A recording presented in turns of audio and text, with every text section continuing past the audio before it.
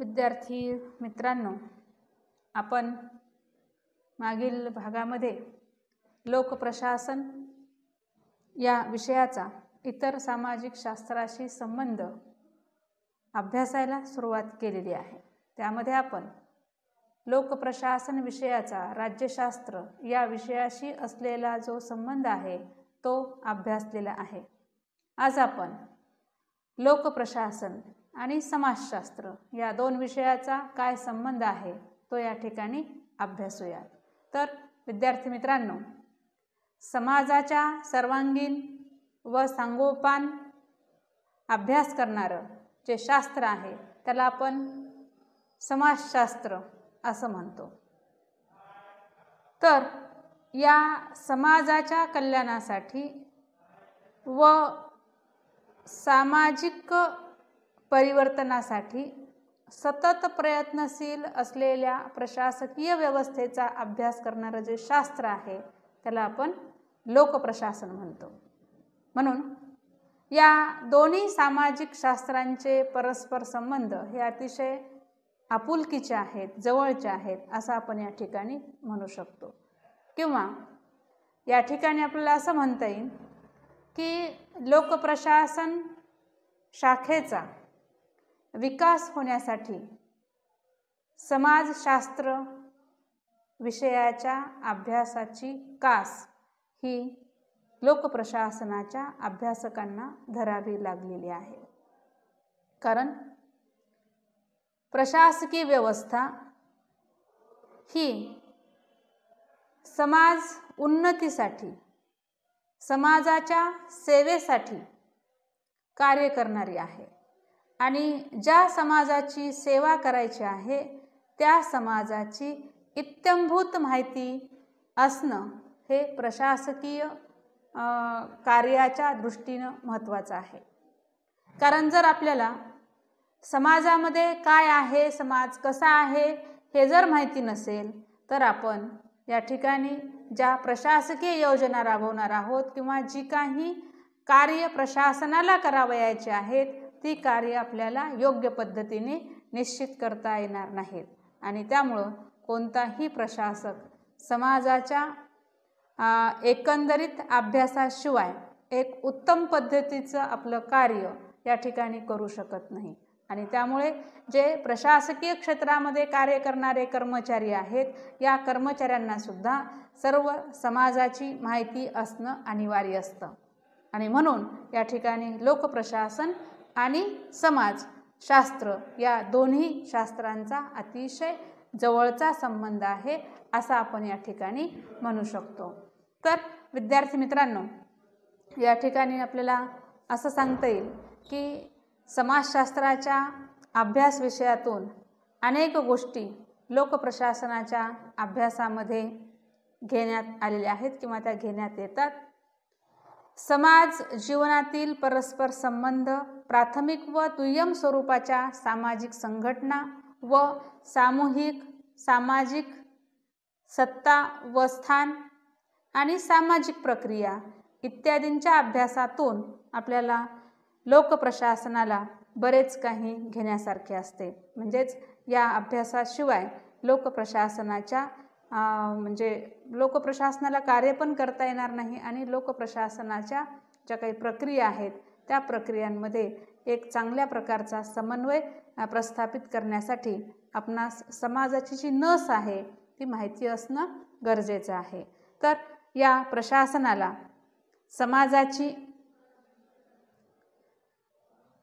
समाज व्यवस्थेची आणि सामाजिक समस्यांची तसेच सामाजिक ध्येयांची जाणीव ही असावीच लागते। त्याशिवाय लोकप्रशासनाला आपली कार्य सुरळीतपणे पार पाडता येणार नाहीत किंवा खऱ्या अर्थानं जोपर्यंत प्रशासकीय अधिकारी, प्रशासकीय यंत्रणा समाजाच्या ह्या सर्व गोष्टींचा योग्य पद्धतीने अभ्यास करणार नाही तोपर्यंत आज जे आपण या ठिकाणी म्हणतो आहोत की लोकाभिमुख किंवा समाजाभिमुख लोकप्रशासन ही जी संकल्पना आहे किंवा ही जी काही कार्य करण्याची पद्धती आहे ती वास्तवामध्ये येणार नाही। म्हणजेच आपल्याला असं म्हणता येईल की जर एक उत्तम प्रशासक व्हायचं असेल एक उत्तम प्रशासकीय किंवा सनदी सेवक म्हणून जर त्या व्यक्तीला नावलौकिक मिळवायचा असेल तर संबंधित व्यक्तीला समाजाच्या सर्व घटकांची आणि आपल्या ज्या क्षेत्रामध्ये तो कार्य करणार आहे त्या क्षेत्रामधल्या सर्व लोकांची, समाजाची, सामाजिक ज्या काही त्या ठिकाणच्या समस्या असतील, जे घटक असतील, तिथल्या ज्या काही प्रथा, चाली, रीती, परंपरा, ह्या सर्व गोष्टींची माहिती ही त्या प्रशासकाला असणं आवश्यक आहे. आणि त्या दृष्टीनं लोकप्रशासन आणि समाजशास्त्र या 2 विषयाचा संबंध येताना आपणास दिसून येतो. तर या लोकप्रशासन आणि समाजशास्त्र या 2 विषयाचा जेव्हा आपण संबंध अभ्यासतो तेव्हा आपल्याला अनेक गोष्टींचा या ठिकाणी विचार करता येतो. त्यामध्ये पहिला आपल्याला या ठिकाणी हा संबंध अभ्यासत असताना एक गोष्ट सांगता येते, ती म्हणजे या दोन्ही शास्त्रांचा परस्परांवरती प्रभाव पडलेला आहे. लोकप्रशासन आणि समाजशास्त्र हे एकमेकांना प्रभावित करणारे शास्त्रे आहेत. कारण आपण या ठिकाणी पाहतो की अनेक गोष्टी या ठिकाणी म्हणजे समाज या ठिकाणी किंवा समाजा अंतर्गत असणाऱ्या अनेक अशा गोष्टी आहेत की त्या गोष्टी किंवा त्या प्रथा, परंपरा नष्ट करण्याचं काम प्रशासनाने केलेलं आहे. जसं तुम्हाला या ठिकाणी माहिती आहे की आपल्या भारतीय समाज व्यवस्थेमध्ये अनेक अशा काही गोष्टी होत्या की त्या गोष्टी मानवी समाजाला एक कलंक म्हणून संबोधल्या जात होत्या. जसं की आपल्या समाजामध्ये विषमता होती, अस्पृश्यता या ठिकाणी होती. त्यानंतर महिलांना एक दुय्यम स्थान होतं.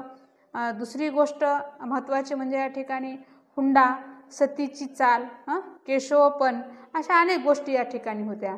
तर ह्या गोष्टी बंद करण्यासाठी या म्हणजे तत्कालीन शासनाने वेगवेगळे कायदे केले आणि या कायद्याची अंमलबजावणी प्रशासकीय यंत्रणेच्या माध्यमातून झाली. परिणामी आपल्या समाजव्यवस्थेमध्ये असणाऱ्या ज्या काही अनिष्ट प्रथा होत्या ह्या प्रथा बंद पाडण्याचं काम प्रशासनाने केलेलं आहे. म्हणजेच हा काय झाला, लोकप्रशासनाचा समाजशास्त्रावरती झालेला म्हणजे प्रभाव आपल्याला या ठिकाणी म्हणता येईल.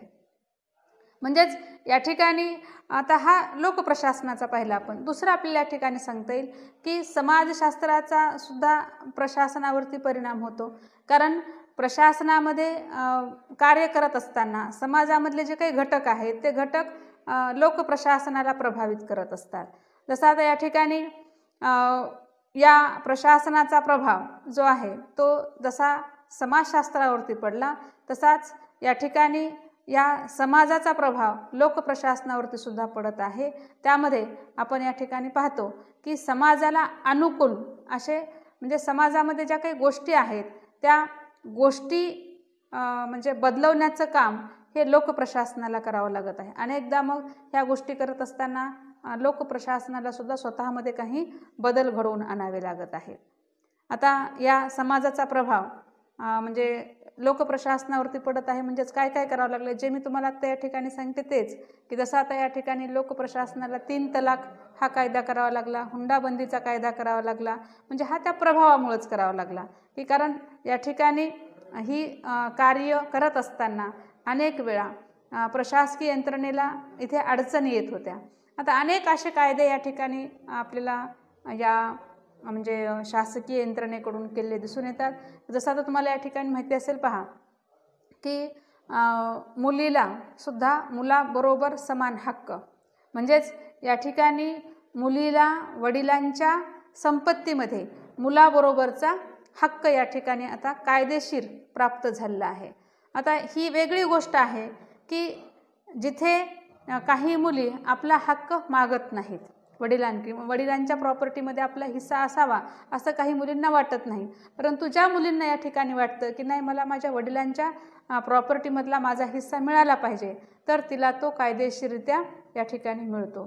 तर हा लोकप्रशासनावरती पडलेला समाजशास्त्राचा प्रभाव आहे. कारण यामुळं या ठिकाणी लोकप्रशासनाला यासाठी मुद्दाम होऊन कायदे करावे लागले आणि त्या कायद्यांमुळे समाजातील अयोग्य गोष्टींना म्हणजे आपल्याला पायबंद घालता आला.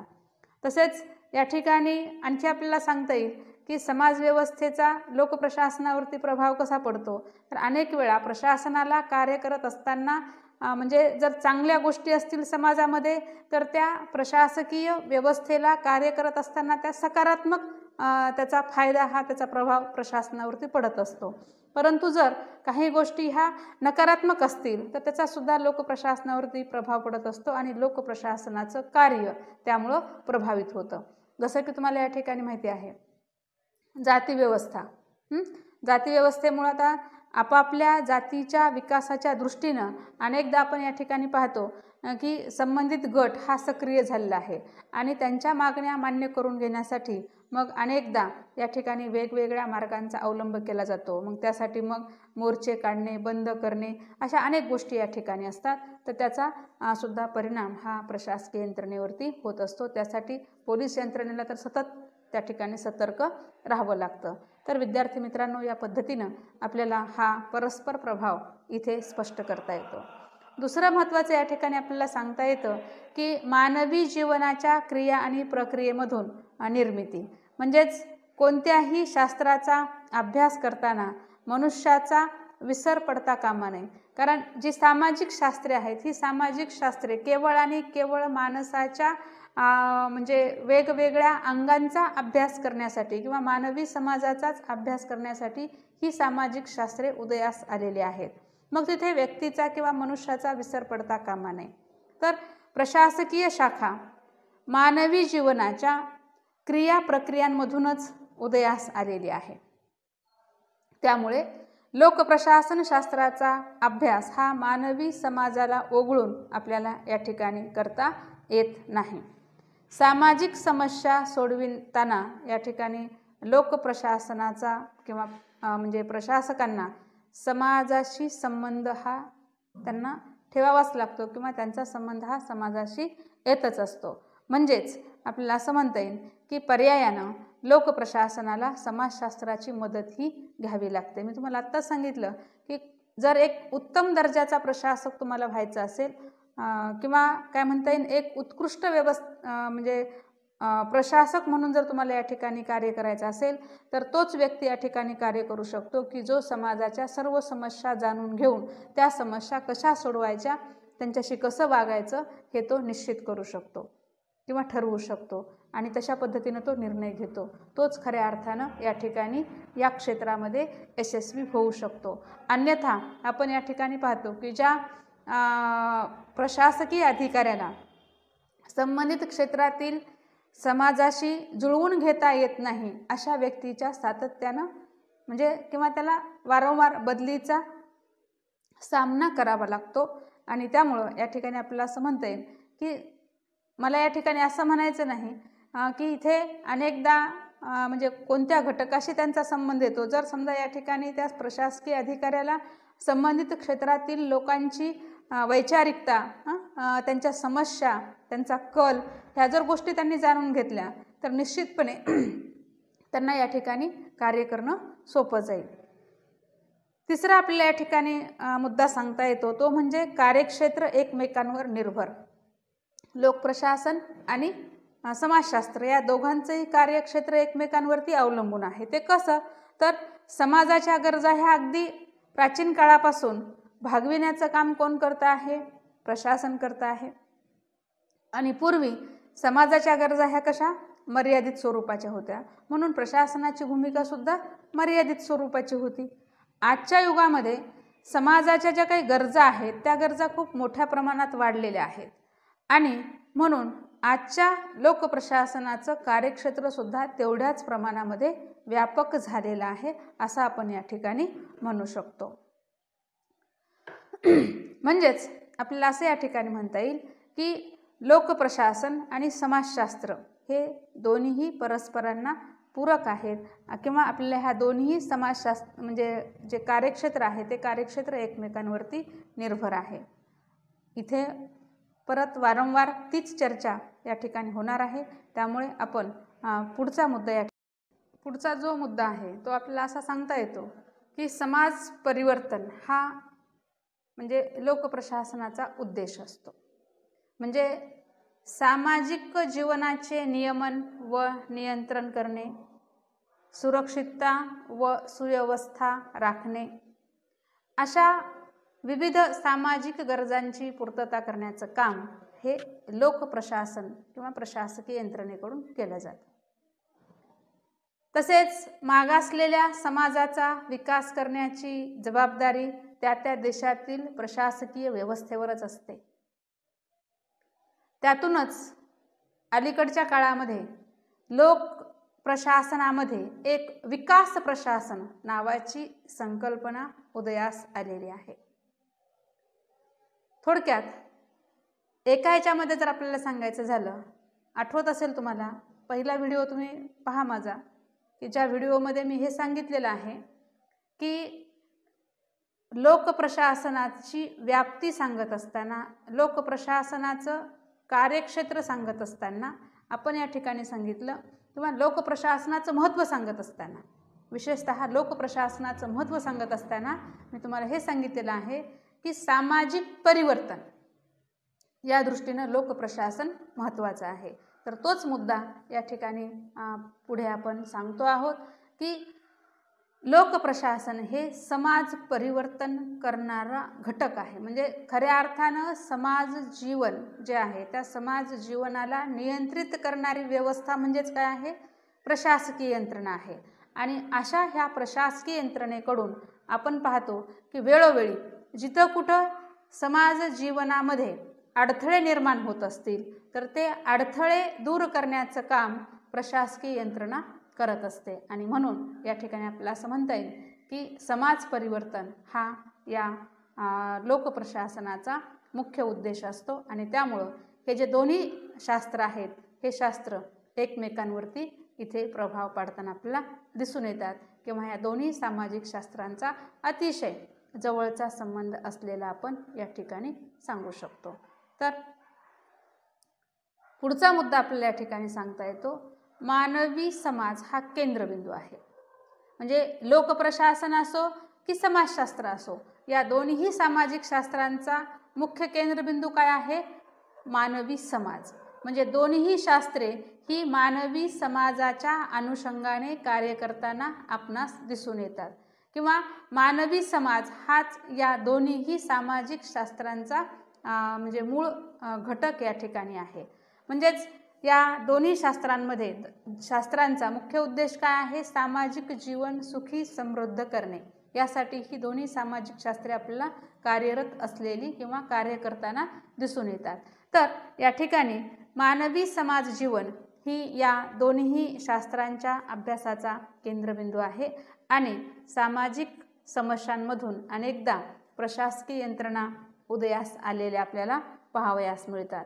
जसं तुम्हाला या ठिकाणी माहिती असेल, पुनर्वसन खाते किंवा समाज कल्याण खाते हे जे काही प्रशासकीय यंत्रणा आहेत ह्या का उदयास आल्या, तर पुनर्वसन खाते म्हणजे की ज्या क्षेत्रामध्ये ज्या लोकांच्या जीवनामध्ये काही आपत्ती आलेली आहे, जसं की पूर आलेला असेल, पुरामुळे त्या ठिकाणी तिथल्या त्या भूभागामधील लोकांचं जनजीवन विस्कळीत झालेलं असेल, तर अशा लोकांचं पुनर्वसन करणं ही प्रशासनाची जबाबदारी आहे.